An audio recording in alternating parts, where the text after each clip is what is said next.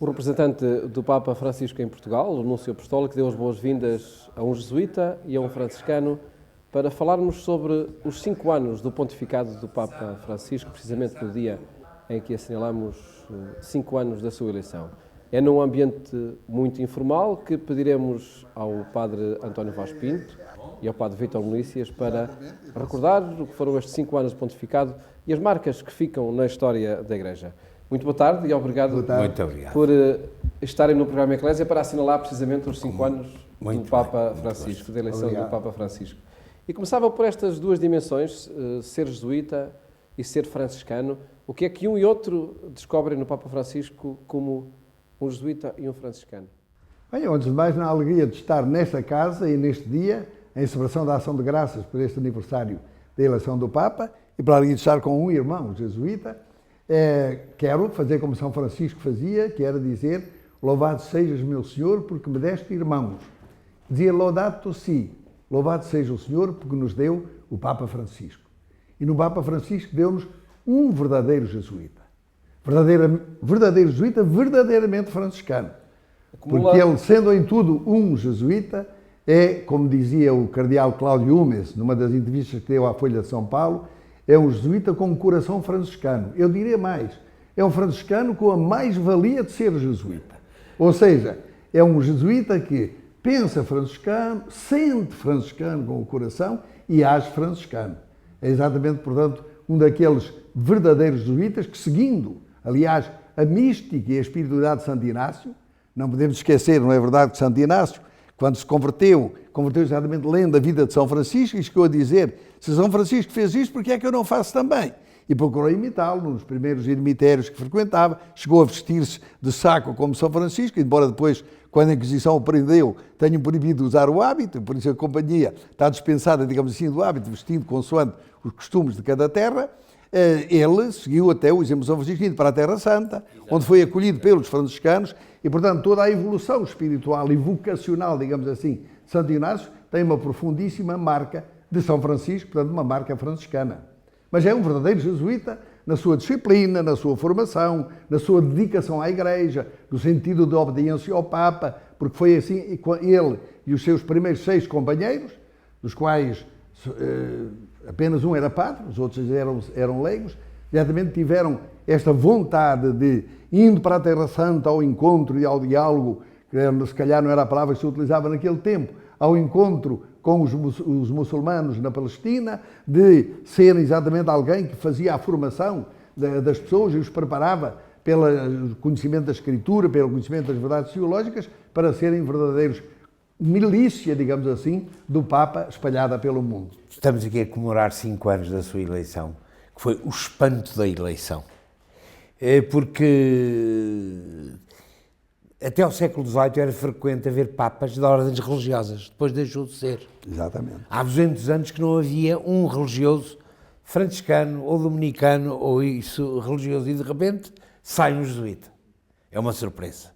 Depois sai um jesuíta quando nós temos um voto especial de renunciar aos cargos de bispos, e por acaso foi só por acaso que ele passou esta grelha. Depois que havia, em todo o conclave havia 200 cardeais, ou um número semelhante, e só havia 2 jesuítas. Um estava doente e era ele, e calhou-lhe a ele. E depois, para cúmulo, não é? Quando a gente quer saber como é que ele se vai chamar, ele diz Francisco, e todos pensamos Xavier, não, Assis. Exatamente. E fica, portanto, é uma surpresa que se surpreendeu o mundo inteiro, e a nós também, com todo... E essa surpresa, que foi um espanto, foi também uma alegria para todos nós, os jesuítas, os franciscanos, para toda a cristandade, ficou ele desde logo marcada, não só pela escolha do nome. Houve um autor que disse mesmo que só a escolha do nome tem o valor de uma encíclica. É uma verdadeira mensagem escolher o nome, que ele mais tarde explicou porquê, mas desde logo no próprio ato da eleição, quando o cardeal Umes lhe diz: não te esqueças dos pobres, ele assume exatamente aquilo que seguramente já estava no seu espírito e até na sua formação jurídica, que era a opção preferencial pelos mais pobres e o envolvimento na luta contra a pobreza, na promoção daqueles que são mais pobres. E quando vem depois à Lógia Vaticana, digamos assim, lá à varanda, para se apresentar, além da humildade com que se apresenta, a pedir ao povo que rezem por ele, que lhe deem a bênção, em vez de ser, como sempre foi, o Papa a dar a bênção, e isto causou desde logo um sentido de ação de graças, de espanto e, de certo modo, até de alegria. Ele convidou, aliás, o cardeal Rumens, coisa que era contra as práticas e os protocolos da Santa Sé, para vir, anda também comigo, anda comigo, traz o barrete e anda comigo, exatamente para apresentar e significar aquilo que era a vontade de um verdadeiro jesuíta, como eu disse, ser efetivamente um franciscano de pensamento e de ação. Aliás, como sabes, António, ele, até na própria formação de pensamento, ele mesmo chegou a dizer, e diz muito bem, que um dos autores, um dos filósofos que mais o influenciaram foi aquele que nós, franciscanos, consideramos um dos melhores filósofos franciscanos, que é o Gerard Hopkins, o jesuíta do século XIX, inglês, excelente poeta, um dos melhores poetas vitorianos, que era aficionado para essa expressão, é um devoto de João de Escoto e defendia a filosofia escotista. E o Papa Francisco diz que é um dos seus modelos, digamos assim, filosóficos. Portanto, é de facto um verdadeiro jesuíta até nesse sentido. Eu creio que ele começou aí a surpreender-nos e não parou de nos surpreender. Claro que cada Papa é diferente, não podia deixar de ser, mas este levou a diferença a extremos imprevisíveis, não é? Mas o Padre Vasco Pinto vê também no Papa Francisco estas duas dimensões muito definidas. É muito evidente. Ele dilas e corresponde a uma realidade, não é? É evidente que ele é um jesuíta pela formação, pela espiritualidade, por tudo, mas que não ficou encerrado naquela gaveta, antes, desde o início, ao longo de toda a sua vida, com esta abertura, sobretudo, poderia ser os dominicanos ou os beneditinos, mas sobretudo com os franciscanos, com o qual os jesuítas tiveram sempre uma particular afinidade. E por isso não me admiro que ele tenha escolhido o nome, tenha explicado com todo o valor de São Francisco Xavier que a escolha deve-se ao São Francisco de Assis, na nota da simplicidade, da pobreza, da partilha, da proximidade, que ele tem mantido até agora impecavelmente e sempre. Exatamente, António, diz bem a palavra surpreendente do Papa, que surpreendeu e continua a surpreender. Cada momento é um momento exatamente de surpresa, que é para nós uma surpresa também de júbilo, porquanto ele, nas várias iniciativas que toma, nas várias atitudes e gestos, ele manifesta quanto ele é diferente, quanto ele é um Papa dos nossos dias e para os nossos dias. Ele, efetivamente, até referiste esta ligação, quase que intimidade histórica, havendo um ou outro percurso histórico, que a história sempre tem os seus momentos mais difíceis, mas proximidade entre as duas formações, as duas espiritualidades. Aliás, os jesuítas, como têm ainda hoje como símbolo, JHS, Jesus Hominum Salvator, era o grande sinal do nome de Jesus, de São Bernardino de Sena e dos franciscanos. Ad maior Dei glória, para a maior glória de Deus. Os franciscanos oravam sempre à glória de Cristo. Amém. Portanto, era até como prática, digamos assim, espiritual, havia uma enorme similitude, e há ainda hoje, quer dizer, são dois tipos. Sem dúvida. Embora, obviamente, os jesuítas, pela sua própria história e até pela vocação inicial, digamos assim, dedicaram-se mais, sobretudo, ou à missão, ou fundamentalmente à formação. Eu podia chamar os irmãos da cátedra, enquanto nós somos, dizia o João Paulo II, os franciscanos são frades do povo, têm a linguagem do povo, andam mais com o povo. Os irmãos jesuítas são mais gente mais da cultura, mais, digamos assim, de transmitir a verdade com o sentido da sua fundamentação teológica. Aliás, uma coisa muito bonita neste Papa, que em tudo nos surpreende, é que ele, trazendo o espírito e a palavra do Concílio Vaticano II, ele entendeu bem qual é a mensagem da Igreja para os dias de hoje, que não é de luto e de angústia, mas é de alegria e de esperança, Gaudium et Spes. Aliás, os seus três principais documentos, podíamos dizer assim, utilizam exatamente Evangelii Gaudium, a alegria do Evangelho, não é? Amoris Laetitia, alegria, e a Veritatis Gaudium, a propósito do ensino. Portanto, é evidentemente o Papa surpreendente para os nossos dias e que se mantém firmemente durante a espiritualidade jesuíta ou de Santo Inácio com a espiritualidade do irmão São Francisco. Depois gostava de salientar, realmente todos nós comunicamos com os outros através de palavras e de gestos. E os gestos dele têm sido impressionantes. Só recordar algumas coisas. Qual é a primeira visita que ele faz? É aos refugiados. Lá vai ele, não é? Para o sul da Sicília, não é? Para manifestar bem o interesse da Igreja para aqueles miseráveis que estavam a chegar e que continuam a chegar. É muito bonito isto. Depois ele resolve um problema que eu mentalmente já tinha posto e que não sabia como é que havia de resolver. Ele herdou uma tradição enorme, herdou os palácios apostólicos, coisas maravilhosas, não é? E tudo. E agora como é que ele vai fazer? Vai para lá viver como os outros?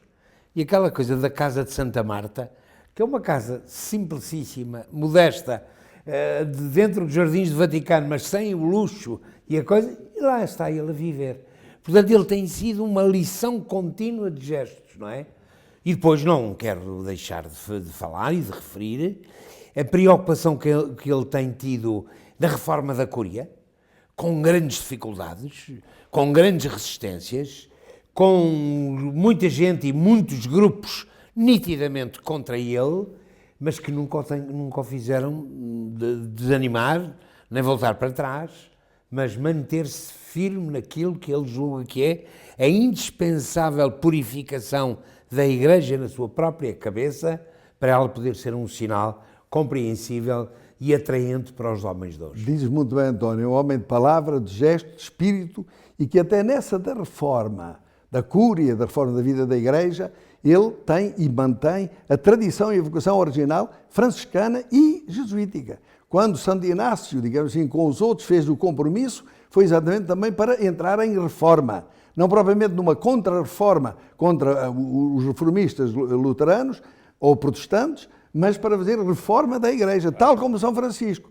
Quando São Francisco, na Igreja de São Damião, sentiu a voz, digamos assim, da vocação, Cristo ter-lhe dito, ou ele teria sentido e ouvido, Francisco, vai e repara a minha Igreja. Da mesma maneira, Santo Inácio diz, vai restaurar a minha Igreja. Exatamente. E o Papa Francisco, hoje, ao tomar estes gestos e as atitudes, é efetivamente um profeta, um evangelista, aquele que fala por palavras e por gestos. Referiste duas ou três coisas, e muito bem, são as essenciais. Mas tem outro gesto muito importante. Quando ele foi pela primeira vez à Terra Santa, onde foi acolhido pelos franciscanos, a visita mais longa que ele fez, mais demorada que ele fez na Terra Santa, foi aos deficientes, a uma casa de acolhimento de deficientes que os franciscanos lá têm. E aí, nas palavras que disse, São Francisco é um exemplo, é um modelo exemplar daquilo que é o cuidado pelos mais pobres e pelos mais necessitados. Sempre de acordo, como ainda há bocadinho salientaste, com a sua vocação, efetivamente surpreendente e tão necessária para hoje. Eu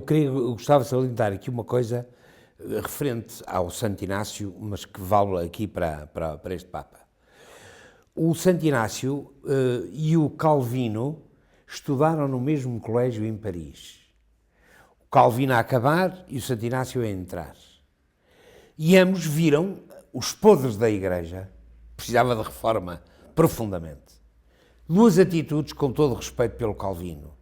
O Calvino viu a Igreja com os seus pecados e deficiências e separou-se. O Santo Inácio viu a Igreja com os seus pecados e deficiências, aproximou-se.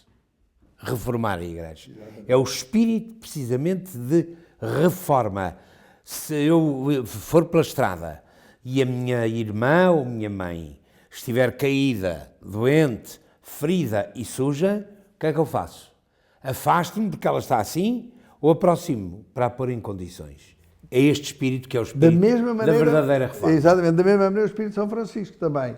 Porque ele, quando diz, ou é convidado a reformar a Igreja, ele tinha ali os cátaros, tinha os valdenses, tinha vários que pretendiam fazer pelos penitentes da pobreza. Ele fez, chegando-se exatamente ao Papa e dizendo aos fratos, é o Senhor Papa, sejam católicos.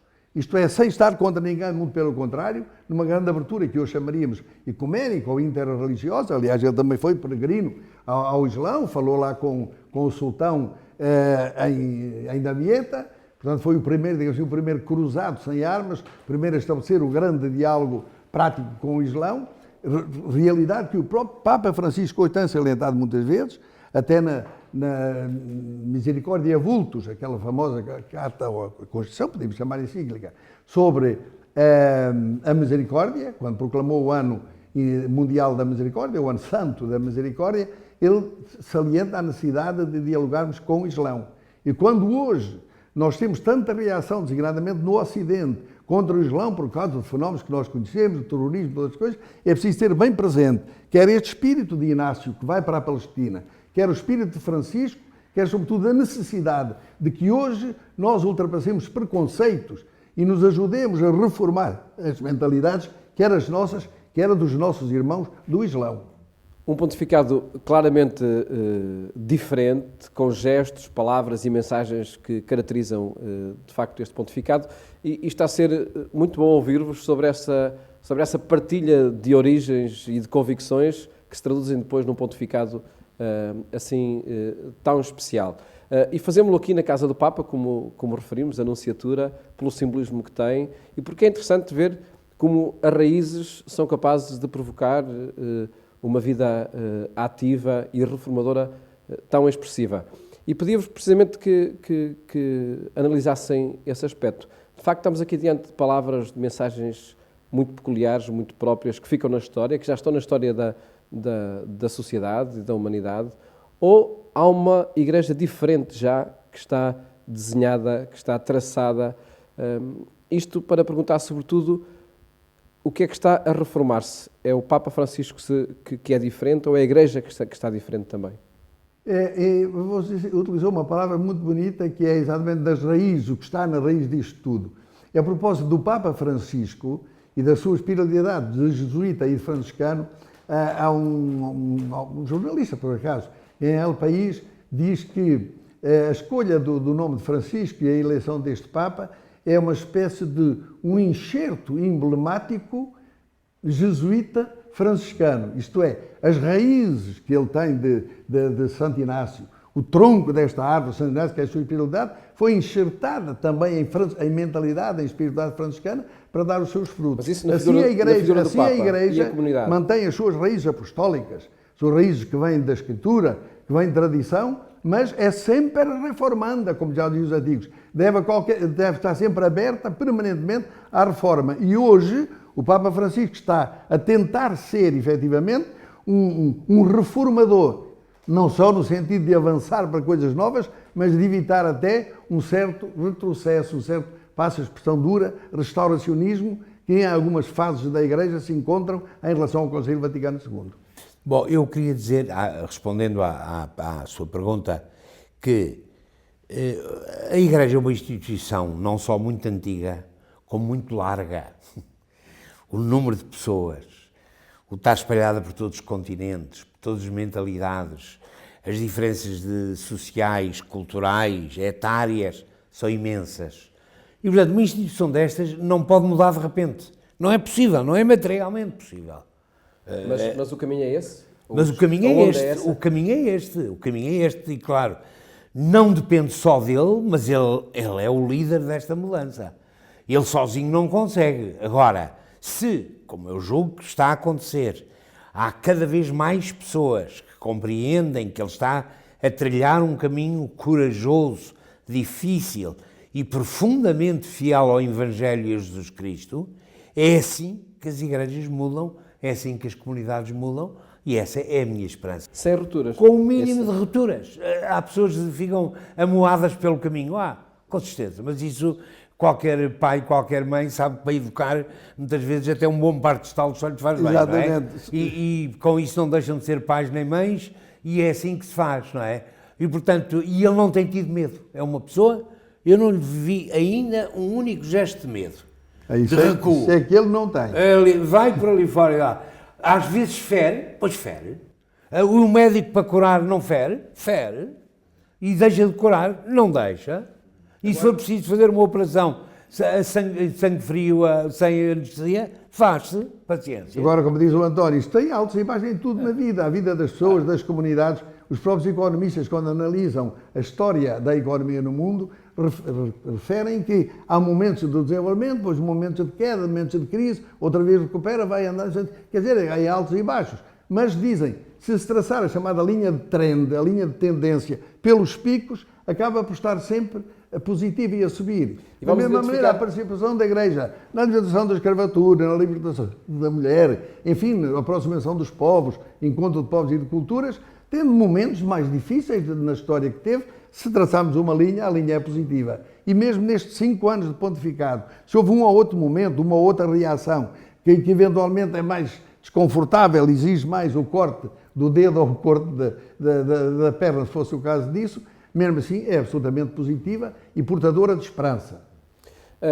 Posso só dizer, nesta Claro mesma que sim. linha, mas só para dar uma imagem que eu acho importante. O que o Papa pretende, e eu acho que está a conseguir, e era bom que muitos pretendessem com ele, é que a Igreja deixe de ser um museu. A Igreja não é um museu, a Igreja tem museus, e o Museu do Vaticano é magnífico, mas não pode ser isso. E, portanto, o tradicionalismo bacoco, o manter as tradições porque são tradições, os costumes, os usos, essas coisas todas, é uma treta sem futuro. Ele tem que olhar para a frente, e é o que tem feito, e convidar-nos a olhar para a frente. E no meio desta peregrinação, há mortos e feridos. Mas isso é assim. Mas é exatamente por isso, com esta ideia de que a Igreja não é um museu, não é apenas um guardiã do passado e da história, e mesmo do dogma que vem do passado, a Igreja, pelo convite do Papa, e é uma das grandes inovações que ele fez, não é para estar a olhar para si mesma. Tem que acabar com a autorreferencialidade. Em vez de fazer a autorreferência da defesa da Igreja e do bem da Igreja, ela tem que sair. Então, ir ao encontro das ovelhas, cheirar a ovelha, viver a vida dos homens, os problemas da humanidade, pegar com as mãos naquilo que é o sofrimento da humanidade. Aliás, este Papa tem uma coisa extremamente curiosa. Ele é um Papa libertador, mas para ele a redenção e a libertação, a liberdade, mesmo espiritual, não é tanto libertar do pecado, é libertar do sofrimento.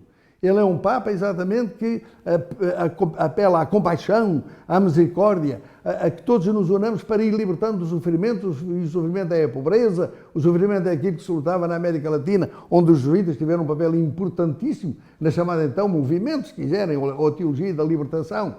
Porventura devia-se libertar mais da teologia, mas enfim, este movimento que o Papa conheceu também ele pessoalmente e que nos leva-me a mim a pensar, este é um Papa mais da positiva, é um Papa do sim, mais do propriamente um Papa para condenar, como aliás o Papa João XXIII, quando lançou o Concílio Vaticano II, foi muito claro a dizer, não vamos condenar ninguém. Acabamos, só faltou dizer a palavra toda, acabamos com o direito penal, com o direito criminal na Igreja. É preciso haver exatamente uma atitude pastoral. E o convite deste grande Papa é que a Igreja seja como um pastor e não como um juiz, não para condenar. Eu tenho, aliás, uma experiência pessoal com ele que me impressionou e toda a vida me há de permanecer no espírito.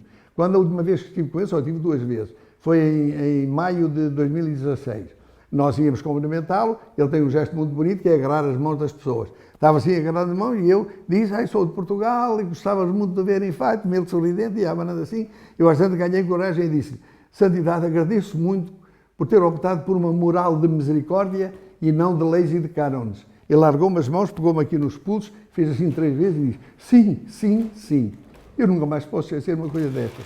E senti que a Igreja o que precisa é disto mesmo. É da coragem e da vontade, como disse tão bem o nosso amigo, meu irmão António, o meu irmão jesuíta António, como ele disse tão bem, é ir para a frente, é avançar. Nas mudanças que estão em curso neste pontificado, o deixar a autorreferencialidade emerge como uma marca em que o Papa insiste permanentemente. Eu acho que sim. Mas espera lá, que eu acho que essa palavra, as pessoas que nos estão a ouvir não percebem. É verdade. Vamos por aí. Eu ia perguntar... Isso é chinês. É verdade. A Igreja deixa de falar de si mesma e vai ao encontro dos outros. Ora, aí está. E até mesmo deixar de falar, deixar de se preocupar consigo próprio. Isso não é? mesmo, isso mesmo. E essa é a grande transformação que está em curso e aquela que vai deixar mais resultados. resultados. É uma das grandes transformações que está em curso. Não é a única, mas essa sim, quer dizer, é uma mudança de perspectiva. É em vez de estar, como há muitas pessoas, centradas em si próprio, no umbigo, não é? É estar centrado nas necessidades dos outros que estão à volta. Quanto mais a Igreja fizer isto, mais está seguidora de Jesus Cristo, mais está a acertar na mousse, como agora se diz. E como é possível afirmar essa atitude? Pelos gestos, pelos gestos, pelas atitudes, pelas decisões. Mas isso acontece quando é preciso também afirmar uma presença na sociedade. Com certeza, e quase rivalizando com outras propostas que sem dúvida, quer dizer, perante a pobreza. Há partidos políticos, ainda bem que há. Há variedíssimas formas de encarar a pobreza nas suas causas e também no modo como podem ser superadas. Mas pergunto, e a Igreja não tem nada a dizer? Claro que tem. E a fazer sobretudo. Não A é? dizer, e neste sentido, de fazer. A cultura, a mudança de mentalidade, a abertura ao próximo, tudo isso. Essas motivações, de fundo, individuais e coletivas, são indispensáveis para uma verdadeira mudança. Porque mudar as leis é a coisa mais fácil que há. Mudar os corações é a coisa mais difícil que há. E ele convida exatamente a mudar o nosso coração, a nossa perspectiva, quando nos convida a sermos uma igreja, como ele disse, não olhar para si, eu chamei a autorreferencial, mas uma igreja em saída. Vai sair à procura de Cristo onde é que ele está. Cristo está exatamente onde está o pobre, onde estão os problemas, onde estão as divisões, onde estão os desentendimentos, onde estão guerra contra guerra, à procura de uma unidade na diversidade. O respeito pelo pluralismo cultural, religioso, seja qual for, étnico, todas as formas de pluralismo, no respeito, criando unidade, dentro da grande casa comum. Aliás, uma das coisas que caracteriza a espiritualidade, até nisto franciscana, do jesuíta Papa Bergoglio, é exatamente ele ter centrado em três pontos que são os mais definitivos do carisma franciscano. A fraternidade universal.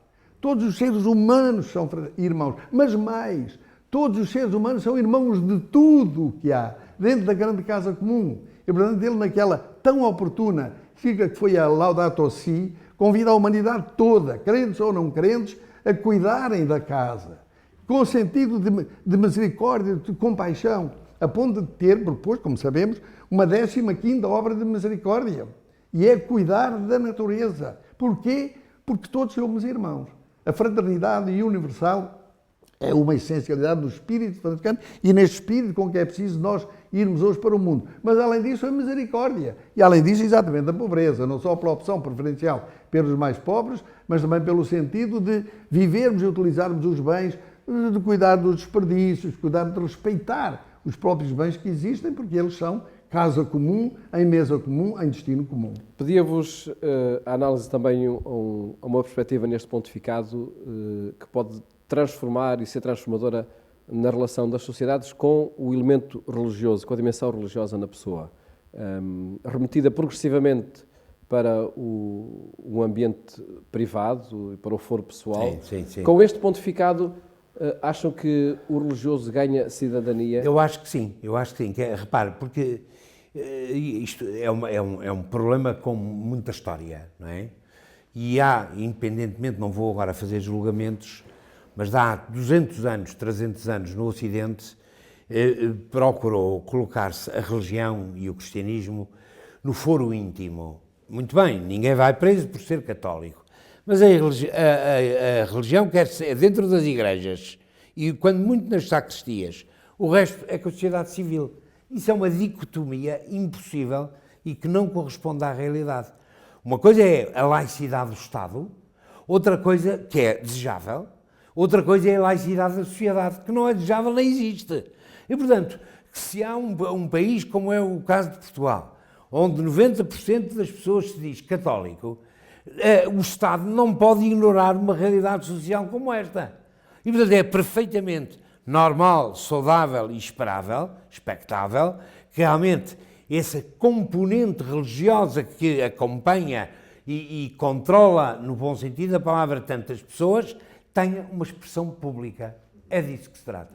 Exatamente. E, aliás, com a influência, sobretudo, do Papa Francisco, este aumento, digamos assim, da religiosidade ou da religião não significa necessariamente desta religião ou daquela religião ou da prática da outra religião, mas no sentido de todas as religiões que há uma espiritualização do mundo. E por isso nós verificamos até que entre ateus, agnósticos e outras pessoas insensíveis, digamos, à dimensão religiosa da vida humana, começa a haver mais sensibilidade. Mas isto sem impor nenhuma religião. Aliás, o Papa Bento XVI... A aproximação entre as próprias religiões. Exatamente. Com este Papa. O Papa Bento XVI, quando veio a Lisboa, ali no Centro Cultural de Belém, apelou exatamente a que houvesse respeito pela verdade das outras religiões, reconhecendo que cada religião tem a sua própria verdade e que deve haver uma convivência. E o Papa Francisco, quando veio a Fátima, agora em maio, correspondente a ter a grande alegria a toda a comunidade portuguesa, todos exatamente o mesmo tipo de mensagem. Nós vivemos num mundo de casa comum, num mundo plural, em que todos devem trazer a sua contribuição para salvação, para a libertação do homem, do sofrimento, da limitação, mesmo do pecado, daquilo que é negativo na vida. Posso contar uma pequenina história? Claro que sim. Que é o que eu acho muito significativa e gostava muito que fosse transmitida. Há um colega meu, não vou dizer o nome, que tem muitas preocupações ecológicas. E um dia, que há 2 ou 3 anos, não se deve diretamente ao Papa Francisco, mas é esta nova consciencialização da importância da ecologia e da natureza, fui lá fazer qualquer atividade no local onde ele trabalha. E houve uma rapariga que se veio confessar a mim. E disse-me, eu queria-me confessar disto, aquilo e aquilo outro, e também de 2 coisas. É que gasto água demais a tomar banho e uso demasiado papel, que não precisava de fazer. Disse, ora, aqui está. É disto que se trata. Perceber que a nossa união à natureza é estrutural e que sem cuidarmos da natureza é o próprio homem que está em perigo. Aliás, isso está na Laudato Si e os 4 ministros gerais da Ordem Franciscana, logo a seguir à publicação, digamos assim, da Laudato Si, mandaram uma carta de agradecimento e de reconhecimento ao Papa, em 16 de junho, portanto logo a seguir, em que eles agradeciam por o Papa ter dado atualidade ao carisma de São Francisco e acabam a carta aconselhando os irmãos a que preservem no uso da água, no uso das plantas, no uso de tudo. No fundo, a ecologia não pode ser só uma palavra. Nós, aliás, na espiritualidade franciscana, costumamos distinguir muito bem aquilo que chamamos a ecologia franciscana, que é uma ecologia de fraternidade. Todos os seres devem ser respeitados porque são nossos irmãos. E uma ecologia de interesse, que é a ecologia economicista moderna, temos que salvar isto e aquilo, senão porque qualquer dia não há água, não há ar, não há não sei o quê. Essa é a ecologia do homem centro, interessado em preservar as suas gerações. Chamam até solidariedade de gerações. É verdade, mas é cada um consigo mesmo. Ao passo que em Francisco de Assis e o outro Francisco, ao Francisco de Roma e Francisco de Assis, como descreveu muito bem o Leonardo Boff, aliás, apreciando a espiritualidade de São Francisco e do Papa Francisco, em ambos há exatamente este tipo de preocupação, que é a fraternidade universal e vida com misericórdia e opção providencial para os pobres. Nós, se fôssemos analisar os gestos, os acontecimentos, as presenças do Papa Francisco ao longo de 5 anos de pontificado, precisaríamos de muitas horas, mas escolhemos um, por muito que tenhamos já, e sobretudo vocês tenham já referido diferentes acontecimentos com o Papa Francisco, vamos escolher um para ver que marcas ele deixa neste pontificado e que contributo também aconteceu, precisamente com a vinda do Papa a Portugal, como peregrino de Fátima. Contributo deixa esta visita do Papa, esta peregrinação do Papa ao seu pontificado, ao seu projeto para a Igreja Católica, aquilo que ele vai por diante? Bom, eu diria, isto precisava de ser mais pensado, mas assim à partida, primeiro, creio que foi para ele uma grande surpresa a recepção que teve. Ele não contaria com uma coisa daquela ordem. Surpreendeu e superou as suas expectativas, creio eu. Segundo, de facto, não é apenas deste Papa, mas é também dele, o canonizar 2 crianças que nem 10 anos têm é qualquer coisa de absolutamente revolucionário. E é um desafio para todos nós. Nós passamos os santos como pessoas maduras, acabadas, cheias de experiência e tal. E afinal é uma coisa tão simples, tão próxima e, portanto, também tão desafiadora. E depois, ele, na sua linguagem, mas acho que suficientemente clara, quis distinguir o que é a verdadeira devoção a Nossa Senhora de uma devoção muito sensível, muito secundária, muito lamecha, que não corresponde àquilo que foi a posição, certamente, de Nossa Senhora na vida do seu filho. Eu também penso que, além disto, o Papa não só surpreendeu, como nos surpreendeu. Ele ficou muito feliz, foi com grande alegria, deixou uma enorme alegria ao povo português, mas deixou-nos também, exatamente, este tipo de mensagem. Mensagem de universalismo e mensagem de respeito pela sabedoria das próprias crianças.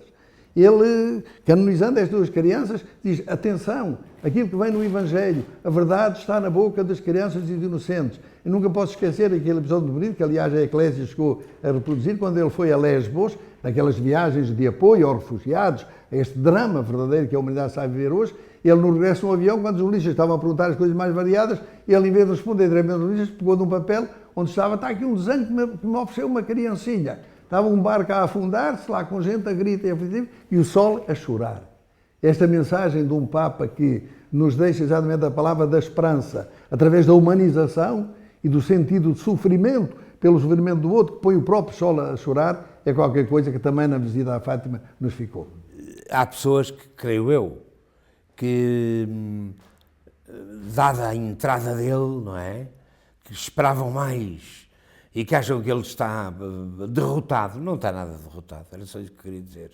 Não, as lutas são difíceis, ele não desiste e depois dele outro virá. Eu quero dizer exatamente o mesmo e digo com as palavras de São Francisco ao nosso querido irmão jesuíta, que eu estimo muito, e a companhia, a nossa irmã, manda um grande abraço. É este: paz e bem. Que sejamos nós, continuemos a ser, como Santo Inácio e São Francisco, hoje, os impulsionadores de uma igreja que se vai reformando pacientemente, mas persistentemente, com fé e perseverança, como nós dizemos quando recebemos alguém nos votos nas nossas respectivas ordens.